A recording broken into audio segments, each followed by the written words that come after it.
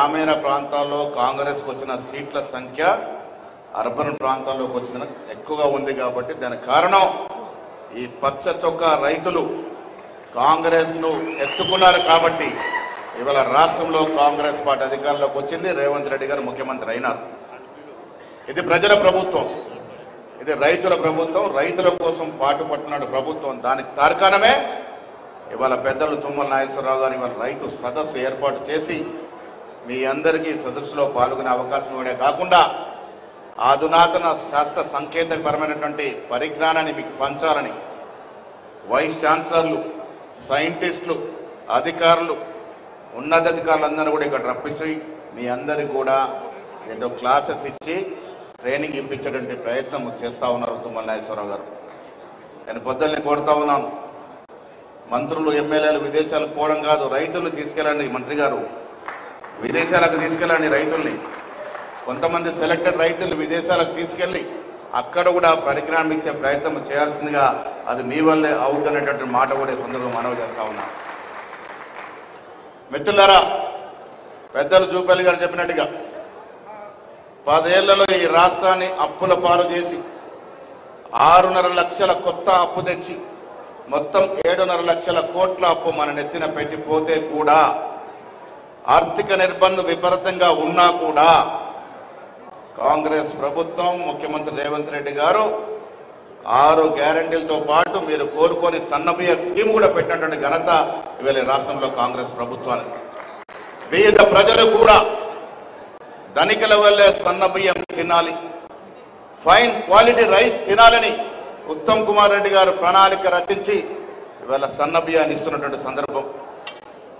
సంవత్సరాల క్రితం ఉచిత మహిళా బస్సు నుంచి మొదలుకొని ఇలా రైతు బంధు కావచ్చు, రైతు బోనస్ కావచ్చు, ఇవాళ వస్తున్న సన్న బియ్యం కావచ్చు, రేపు ఇయ్యబోయే ఇంధనం ఇల్లు కావచ్చు, చక్కెర కార్డులు కావచ్చు, ఇవన్నీ కూడా ప్రజల ఆశలు ఆకాంక్షలకు మేరకు జరుగుతూ ఉన్నాయి.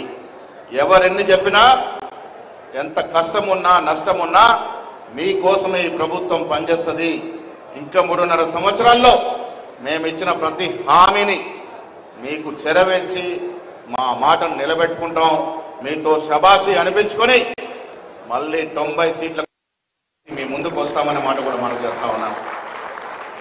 మిత్రులారా, నేను మళ్ళీ చెప్తా ఉన్నాను, చిన్న చితకర సమస్యలు ఉండొచ్చు, ఉంటాయి కూడా. ఆర్థిక నిర్బంధం ఉంది కాబట్టి కొన్ని అందకపోవచ్చు. కానీ మాట ఇచ్చి మోసం చేసే మాత్రం ఈ ప్రభుత్వంతో చేత కాదు. మాట నిలబెట్టుకుంటామనే మాట కూడా ఈ సందర్భంగా మనవి చేస్తా ఉన్నాను. వచ్చే రోజుల్లో అభివృద్ధితో పాటు సంక్షేమాన్ని నిండుగా ఇస్తున్నటువంటి ప్రభుత్వం కాంగ్రెస్ ప్రభుత్వం. ఈ జిల్లా విషయానికి వచ్చినప్పుడు ఇక్కడ ఇరిగేషన్ మంత్రి గారు ఉన్నారు. నిజాం సాగర్ 1923లో ఆనాడు నిజాం ప్రభు కట్టించినప్పుడు 2,75,000 ఎకరాల కోసం కట్టించినట్టు ప్రాజెక్ట్ అది. దాదాపు 29 టీఎంసీలు నీరించే ప్రాజెక్ట్ అది. క్రమేణా సిల్ట్ వచ్చి, ఇసుక వచ్చి, మట్టి పెట్టి దాదాపు 17 టీఎంసీలు అరించకపోతే 11 టీఎంసీలకే వచ్చినప్పుడు 1970లో ఆధునీకరణ చూసి 2 మీటర్లు ఎత్తు పెంచడం వల్ల మళ్ళొక 12 టీఎంసీ నీరు తెచ్చుకోగలిగినాం. పెద్దలు ఇక్కడ ఉన్నారు, మంత్రి గారు, మీకు విజ్ఞప్తి చేస్తా ఉన్నాను, ఎంత వ్యయమైనా ఎంత ఖర్చు అయినా మీరు ఇవాళ వాగ్దానం చేయాల్సిందే. నిజాం సాగర్ ప్రాజెక్టుని డీసిల్టేషన్ చేయడం, డీసెడిమెంటేషన్ చేయండి. తద్వారా ఇంకొక 1,00,000 ఎకరాలు నీరు అందించిన అవకాశం వస్తుంది. మీరు ఇక్కడ పెద్దలందరూ కూడా ముఖ్యమంత్రిని ఒప్పిద్దాం, నిధులు ఎక్కడికెళ్ళానో తీసుకురండి. నిజాం సాగర్ని మాత్రం డీసిల్టేషన్ చేయండి. తద్వారా ఇంకొక 1,00,000 అదనంగా ఎకరాలకు నీరించే అవకాశం ఉంది. కాబట్టి మంత్రి గారు దీని మీద స్పందించాల్సిందిగా నేను ఒక ఎమ్మెల్సీగా, పీసీసీ అధ్యక్షుడిగా మిమ్మల్ని కోరుతా ఉన్నాను. అదేవిధంగా శ్రీరామ్ సాగర్ ప్రాజెక్ట్ 1963లో నెహ్రూ గారు ప్రారంభించిన ప్రాజెక్ట్ అది. ఈ దేశంలోనే గొప్ప ప్రాజెక్ట్. ఆనాడు 7 లక్షల పైచులకు ఎకరాలకు డిజైన్ చేస్తే ఇవాళ పివి నరసింహారావు ఇచ్చిన నిధుల వల్ల ఆధునీకరణ చెంది ఇలా 9.5 లక్షలకు పైగా మనం నీరు అందిస్తా ఉన్నాం. దాంట్లో కూడా సిల్ట్ వచ్చింది, దాంట్లో కూడా మట్టి వచ్చింది, ఇసుక వచ్చింది. అది కూడా డీసెల్టేషన్ చేయండి. ఇంకొక 2-2.5 లక్షల ఎకరాలకు అదనంగా నీరిచ్చే అవకాశం ఉంటుంది. కాబట్టి వ్యయం ఎంతైనా దాన్ని మీరు ఇవాళ పోతూ పోతూ మాకు మాటిచ్చి పోవాల్సిందిగా నేను ఉత్తమ్ కుమార్ రెడ్డి గారు విజ్ఞప్తి చేస్తా ఉన్నాను. ఇది ప్రజల కోసం. ఉత్తమని చెప్తా ఉన్నాను, 1923లో నిజాం సాగర్ ప్రాజెక్ట్ వచ్చినప్పుడు ఇక్కడికి ప్రకాశం జిల్లా, కృష్ణా జిల్లా, గుంటూరు జిల్లా నుంచి వచ్చి వ్యవసాయాలు స్థిరపడి వ్యవసాయం చేయడమే కాకుండా మాకు కూడా వ్యవసాయం నేర్పించిన సందర్భం. ఇలా బాన్స్వాడ కానీ, బోధన్ కానీ, డిస్పెల్లో కానీ ఆంధ్ర రైతులు వచ్చి స్థిరపడినారంటే ఆనాడు యొక్క నిజాం సాగర్ యొక్క గొప్పతనం. ఎవరు? నిజామే తీసుకొచ్చాడు. నిజాం ఆయంలో ఎంకరేజ్ చేశాడు, నిజాం ప్రోత్సాహం చేసి తీసుకొచ్చినాడు రైతుల్ని. రైతులు వచ్చినటువంటి సస్యశ్యామల జిల్లా క్రమేణా పంట పడిపోతా ఉంది, నీరు తగ్గుతా ఉంది. మళ్ళీ పూర్వం రావాలి అంటే అది కాంగ్రెస్ పార్టీ వల్లే అవుతుంది, అయి తీరుతుంది. గతంలో చూసాం పనికిరాని కాళేశ్వరం ప్రాజెక్ట్. ఆన్ రికార్డు చెప్తా ఉన్నాను, పనికి రాని కాళేశ్వరం ప్రాజెక్టు కట్టి 1,25,000 కోట్లు నదిలో, గోదావరి నదిలో పోసినటువంటి పాపం కేసీఆర్ది. ఎందుకు పనికిరాని ప్రాజెక్ట్ అది? 10 సార్లు ఎత్తి పోస్తే కానీ మల్లన్న సాగర్కు నీరు రాదు. 1 ఎకరం నీరు బారాలంటే 60,000 రూపాయల కరెంటు బిల్లు అవుతుంది. ఎవరిల్లు అమ్ముకొని కడతాము? ఎవడి వల్ల సాధ్యమవుతుంది? అనాలోచితంగా ఆచరణ సాధ్యం కాని ప్రాజెక్టు కట్టి మన డబ్బంతా నీళ్లలో పోసినటువంటి పాపం. అందుకే ప్రజలు, రైతులు కాంగ్రెస్ మీద నమ్మకంతో మన అధికారం తీసుకొచ్చినారు.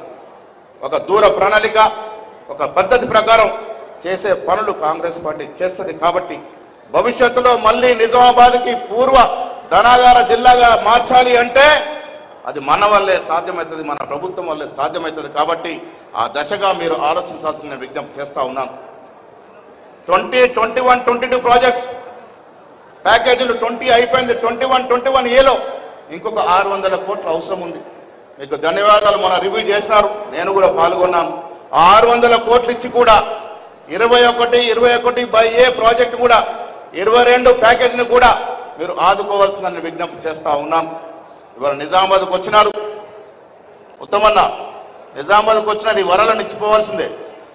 డబ్బులు ఎంతైనా మీరు ఏ రకంగా ఒప్పిస్తారో, మమ్మల్ని తీసుకెళ్తారో, ముఖ్యమంత్రిని ఎట్లా ఒప్పిస్తారో ఒప్పించాలి, కానీ ఇవి మాత్రం మాకు కావాలి అనేటువంటి మాట మీకు విజ్ఞప్తి చేస్తా ఉన్నాను. నిజామాబాద్ రాజకీయంగా చాలా చైతన్యవంతమైన జిల్లా. అరుగుల్ రాజారాం లాంటి పెద్ద నాయకులు ఏలిన జిల్లా. ఇక్కడ వాతావరణం రాజకీయం సామరస్యంగా ఉంటుంది. మిత్రులు బీజేపీ శాసకులు ఉన్నారు. ఆంధ్ర రాయలసీమ వల్ల గొడవలు ఉండవు. ఇక్కడ సామరస్యంగా మంచి పరికరంతో ముందుకు పోతాం. మనకు పార్టీలు కాదు ముఖ్యం, ఎన్నికల వరకే పార్టీలు. ఎన్నికలు అయిపోయి ఇలా జిల్లా అభివృద్ధి కోసం అందరూ కలిసి రావాలి, అందరూ ముఖ్యమంత్రి దగ్గర పోదాము, మనకు రావాల్సిన నీరు, మనకు రావాల్సిన ప్రాజెక్టు తెచ్చుకుందామనే మాట కూడా ఈ సందర్భంగా మనవి చేస్తా ఉన్నాను.